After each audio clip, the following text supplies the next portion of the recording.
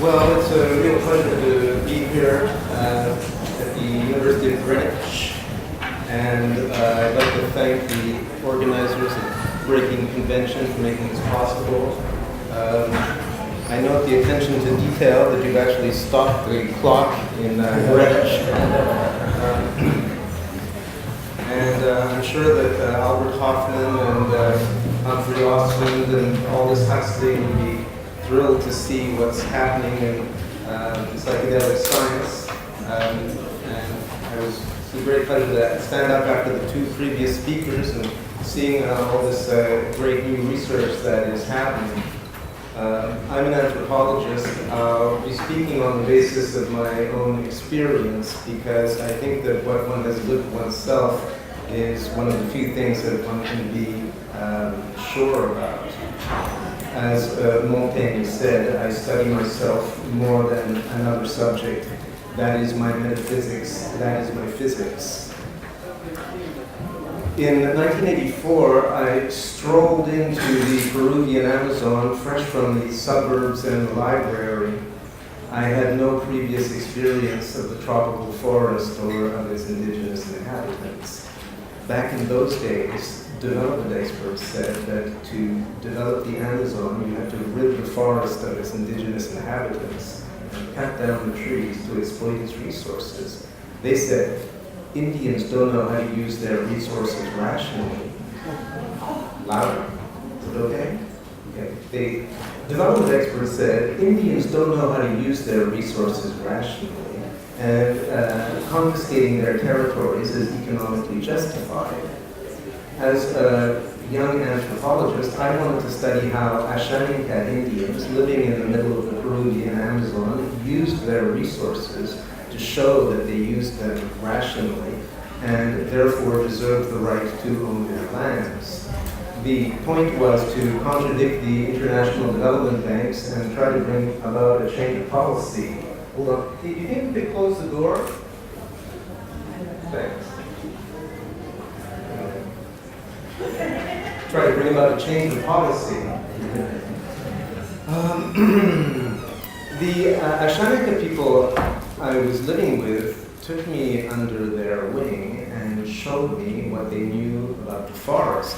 It turns out the Peruvian Amazon is the epicenter of world biodiversity. There are more species of plants and animals in this forest than in any other region of similar size. Surprisingly, the Ashaninka people who accompanied me into this forest had names in their language for just about every species of plant and ascribed uses to about half of them.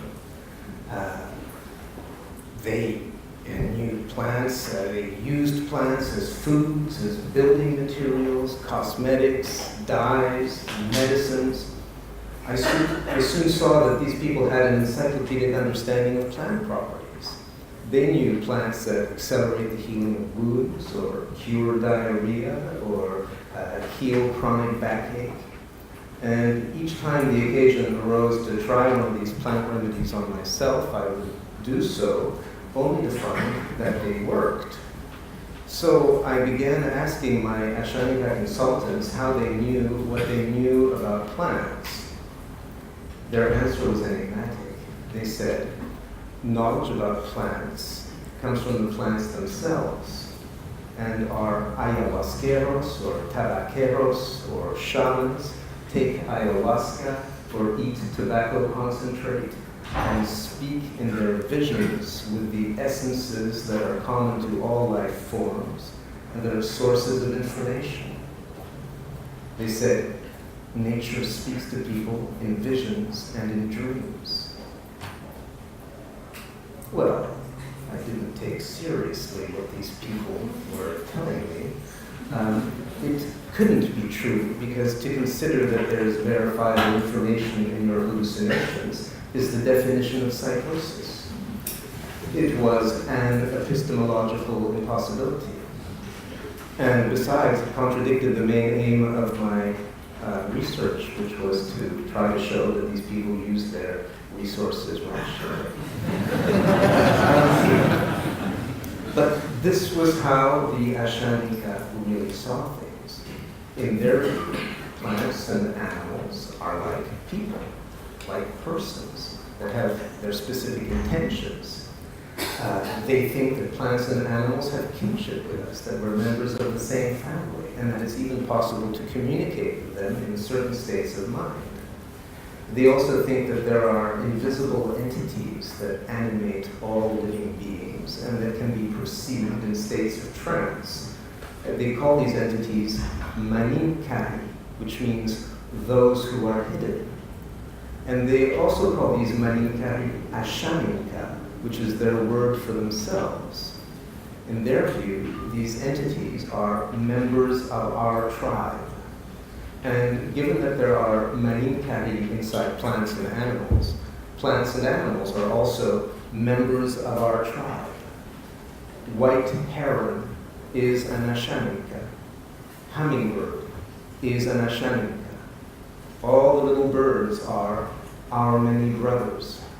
Manioc is our sister. According to this view, we can all be ashaminka. It's as if the word British also meant human as well as plants and animals. White heron is British. So is the blade of grass, and so on. Well, 29 years ago, when I first ran into this point of view, I didn't know what to make of it. I was a young academic, rationalist, materialist, humanist, agnostic.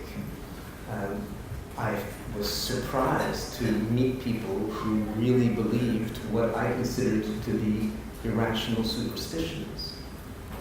In fact, deep down, I even felt a bit of pity for them.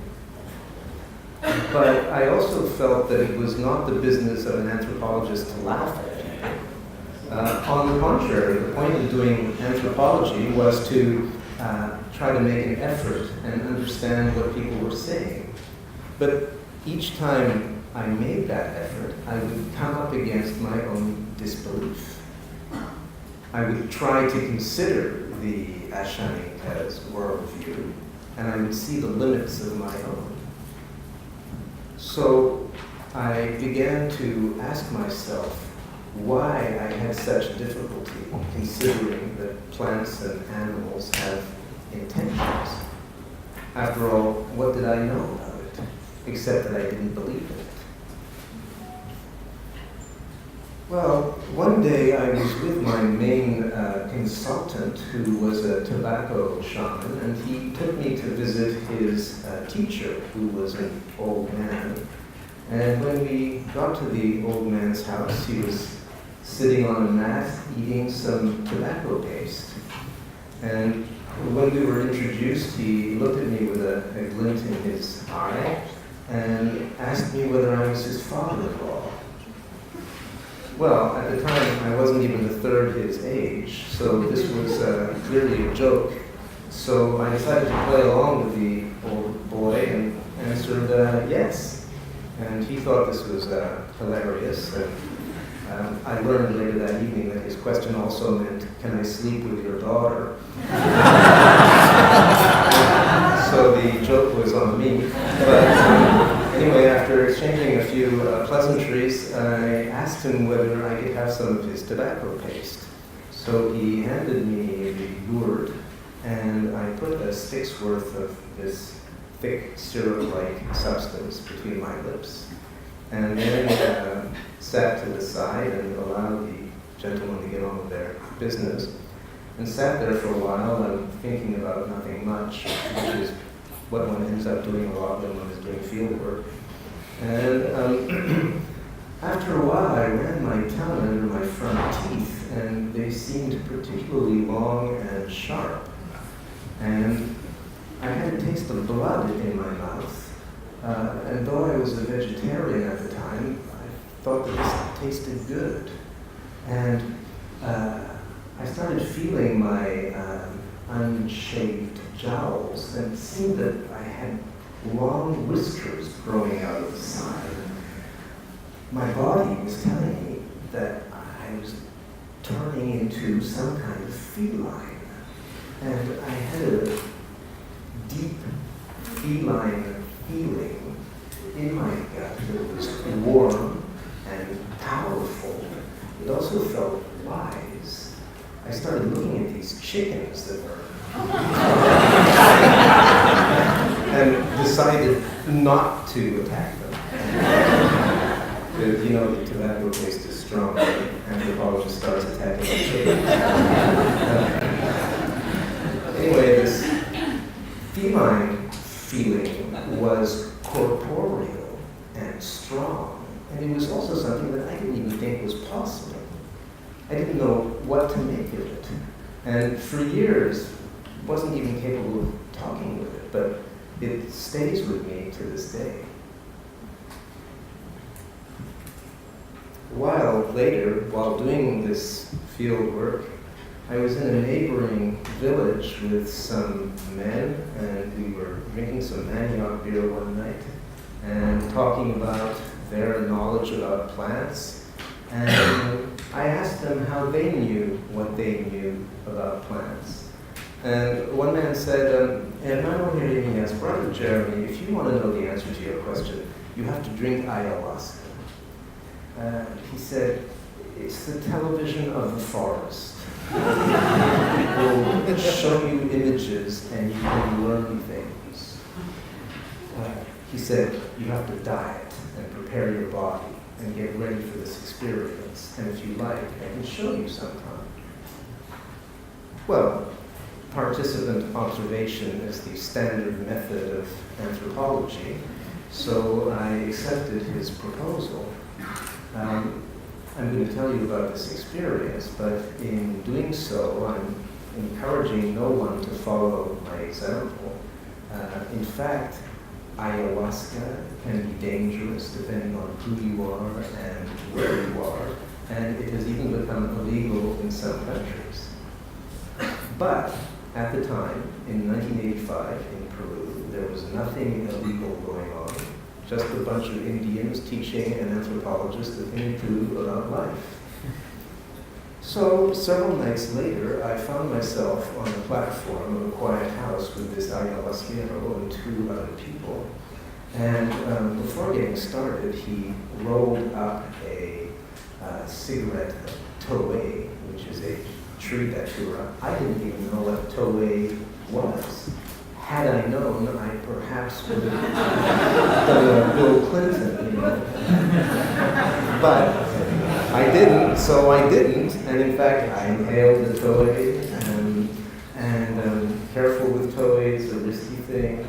And then drank the bitter brew, and after a brief while, found myself precipitated into deep visions and quickly surrounded by the enormous fluorescent serpents that started talking to me in a telepathic language that went right through my forehead, and the first thing they said was, "You are just a tiny human being." And I could see, looking at them, that they were right, and that my ordinary three-dimensional, materialist, atomic perspective on reality had limits, starting with my presupposition that what my eyes were showing me didn't exist. I could see that my worldview had bottomless arrogance. And then I had to vomit. The word in Ashaninka for ayahuasca is kamaranpi, from the verb kamarank, to vomit. So I stood up and stepped over these serpents and ended up vomiting colors and returned to the circle where the ayahuasquero was singing his melody, and ended up flying out of my body tens of kilometers above the earth, looking down on the planet. It was all white and covered in ice. And then he changed his melody, and I landed back in my body and started seeing hundreds of thousands of intricate images flashing back and forth like the veins of a human hand and the veins of the green. They looked the same, and there were so many images it was impossible to remember them all.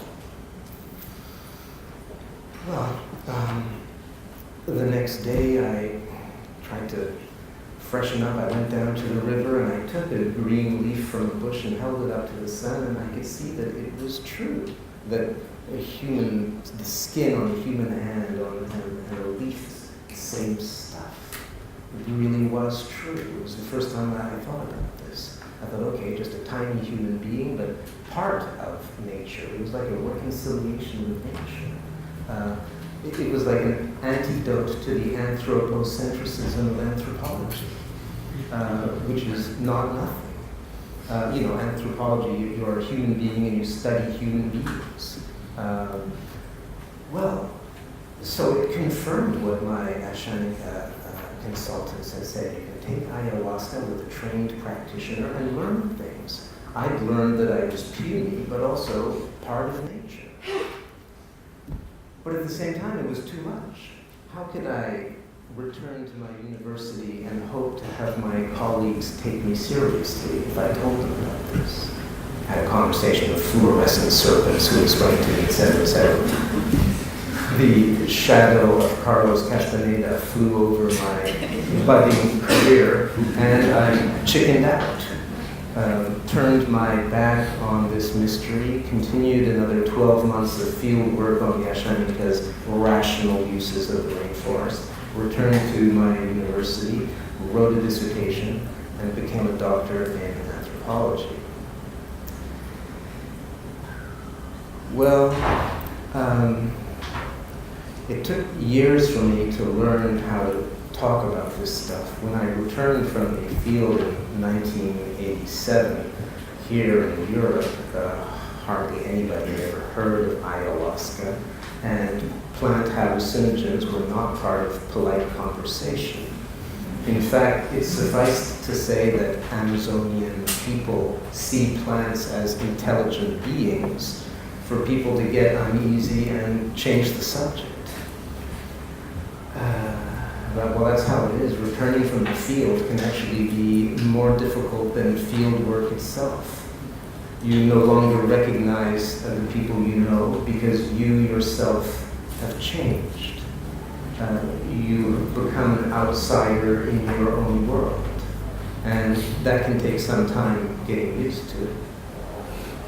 Well, with time, I began to think about one of the things I learned during my field work, which was that my gaze or worldview had limits. So I started thinking about that and thinking about, well, where did my worldview come from? Had I installed this gaze, or were there some aspects of it that set itself up beside me without my being entirely responsible for it? I'd certainly chosen the humanist, rationalist perspective.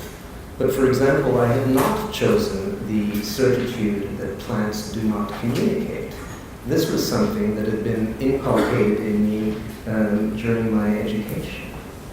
So I began to question my own presuppositions as if some of them did not come from me and skewed my gaze. And I found that in doing this, I gained a better understanding of the Ashanika point of view.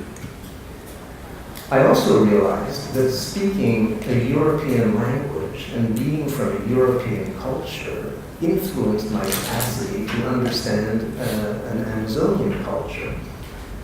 Take the word nature, for example. Dictionaries often define nature as phenomena of the physical world in opposition to humans and human creations.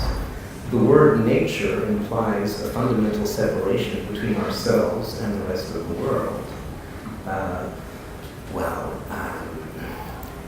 Nature means everything that is not human. Well, if you go to the Amazon, into the world's most intense nature, and you ask the indigenous people living there, what is your word for nature, for everything that is not human? They say, we have no such concept. On the contrary, we think everybody is human. Everybody is Ashanika. There are people like us. There is no radical separation between ourselves and the other species. For Amazonians, there is no nature. In Western cultures, we tend to build concepts with words that are defined in opposition to each other. Nature, culture. object, subject, sacred, profane. And then we use these dichotomous words to try to make sense of the world, often without realizing that they carry an artificial separation. When trying to understand another worldview, one of the tricks is to become aware of one's own worldview and try to see how it influences what one sees. Because it turns out that we see what we believe, and not just the other way around. Well, 8 years after returning from this field work, I decided to look into Amazonian shamanism. My experiences with ayahuasca and tobacco were like mysteries that I was carrying around inside and that I wanted to try to make sense of. I started by giving talks and then decided to write a book. I did most of the research alone in my office. I read the anthropological literature on Amazonian shamanism for months and took notes. Every day I go for runs and walks in the forest looking for new ideas, new perspectives. I also worked on my gaze.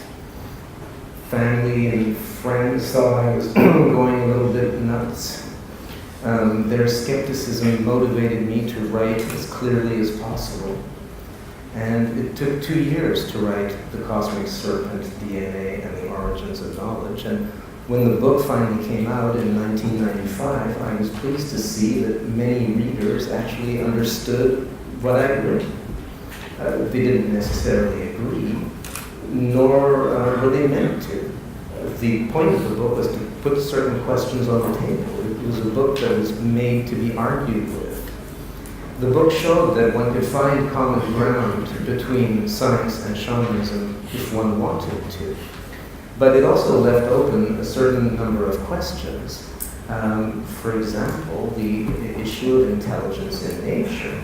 I've been struck by the Ashaninka's view that plants and animals are intelligent beings who have kinship with us and with whom one can communicate. This certainly contrasted to what I learned in school. For example, I'd been taught that plants were like passive automatons. But at this point, I knew that questioning my own presuppositions and trying to take the Ashaninka at their word was fruitful. So 6 years after publishing The Cosmic Serpent, I started working on a book on intelligence in nature. This one took 3 years to write, during which I spent long periods alone in a small house in the middle of nowhere, writing about the intelligence of plants and amoebas and slime molds. This didn't do much for my social life.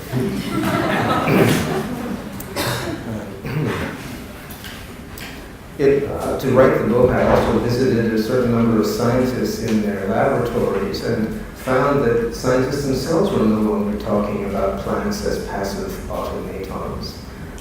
In fact, they were starting to talk about them as sensitive beings that were capable of communication. This was newly emerging common ground between science and indigenous knowledge. In fact, in the last 10 years, there's been a revolution in vegetable biology. And research now shows that plants can sense tides, stars, and seismic waves, that they can sense light and touch and smells, that they learn and remember, that they know how to move about and recognize one another, that they can communicate by emitting odorous substances or by exchanging information at the level of roots. In brief, science now shows that plants are extremely sensitive and dynamic. The days of plants as passive automatons are over. At last.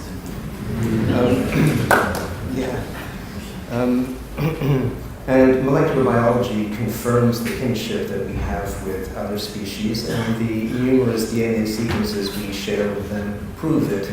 We really are members of the same family as bacteria, flies, and pine trees. Well, 29 years ago, when the Ashaninka first told me that they viewed plants as intelligent beings that were members of our family, I didn't know what they were talking about. But now, after having thought about it for many years and written a couple of books and seen science confirm the intelligence of plants and their kinship with us, I think I'm starting to understand what they meant. Well, trying to reconcile science and indigenous knowledge can lead to surprising difficulties. And I'll tell you about a recent experience I had on this count in Belgium. Last year, I was invited to give a talk on medicinal plants and indigenous Amazonian people at the Haute École in Liège, which is a university. And there was an undercover police inspector in the room, and subsequently Belgian authorities charged me with incitement to consume psychotropic substances, which is a crime punishable by 5 years imprisonment in Belgium. During my 1-hour speech, I spoke about numerous medicinal plants used by indigenous Amazonian people, like Sangre del Drago, Chirisanango, Piripiris, tobacco. And I also spoke for 3 minutes about the medicinal aspects of ayahuasca. I said that it was not without risks, that it was not everybody's cup of tea, that the experience could be difficult and purgative. But I also said, quote, as far as I'm concerned, it is good for the health. In my view, I incited nobody to do anything, least of all consume psychotropic plant mixtures. My lawyer says that the prosecution has no legal basis because neither ayahuasca nor the 2 plants that classically compose it are listed in Belgium for the moment. He also points out that Belgian law recognizes academic freedom, so that even a visiting scholar from another country speaking in a university context about his research and his experiences cannot be considered a criminal. And lastly, he also points out that for there to be incitement, the Belgian constitutional courts have already stipulated that incitement requires active instigation. So you actively have to encourage people to do something for there to be incitement. So I'm fairly optimistic about the outcome of this case. The case is still pending. Belgian justice is known to be slow. It's an odd case, but what it shows for sure is that just talking about ayahuasca in Europe these days can lead to legal trouble. Well, John Mohawk once said that making plants illegal is the strangest thing we do on this planet. But making words about plants illegal is also pretty strange. So, talking about how Amazonian people use plants and think about them can be tricky here in Europe. Just the question, what is a plant, is complicated. Is it a being or a sack of substances? Well, your point of view on the question depends on your worldview.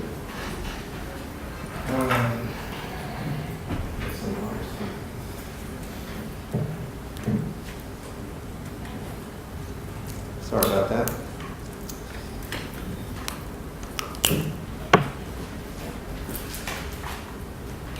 Yeah, worldview. Well, that's one of the things that I've learned in all this is that when you're dealing with 2 worldviews, you have to always pay attention. You have to question your own concepts, your own vocabulary. Be careful with each word you use. Pay attention to what you really mean and what you presuppose. And then there are methodological, conceptual, philosophical, institutional differences between science and shamanism. So I think that combining these two ways of knowing is going to remain a minority sport for some time still. In conclusion, ayahuasca has recently gained popularity outside the Amazon, and some see it as a kind of antidote to the disenchantment of modernity, a kind of ancient remedy for modern times. And this may well be, but there's been a boom in the demand for ayahuasca and a concomitant boom in abusive or incompetent people who propose to administer ayahuasca for a fee. Tens of thousands of innocent gringos are looking for ayahuasca, and this has not escaped the attention of charlatans and criminals. On the contrary, in South America, there have been accidents, rapes, deaths, and even murders in connection with ayahuasca. So vigilance is required. I'm not a shaman, I'm an anthropologist, but I know that the golden rule of shamanism is know your shaman. Humans have long considered psychoactive plants as teachers that enhance healing, thinking, and perception. But working with these powerful plants is tricky and requires know-how. They take time to get to know. They have a shadow side, and approaching them casually is not appropriate. As far as I'm concerned, trying to understand ayahuasca and tobacco shamanism has been like a roller coaster ride. It's led me to new angles, new perspectives, shaken up my categories, led me to reconsider the nature of nature, see plants as beings and learn from them, contemplate the limits of science, write books, and even deal with police and prosecutors. It's been a long, exhilarating ride. There have been some scary bits, but overall it's been vivifying and enriching, because this is a roller coaster that can lead to knowledge.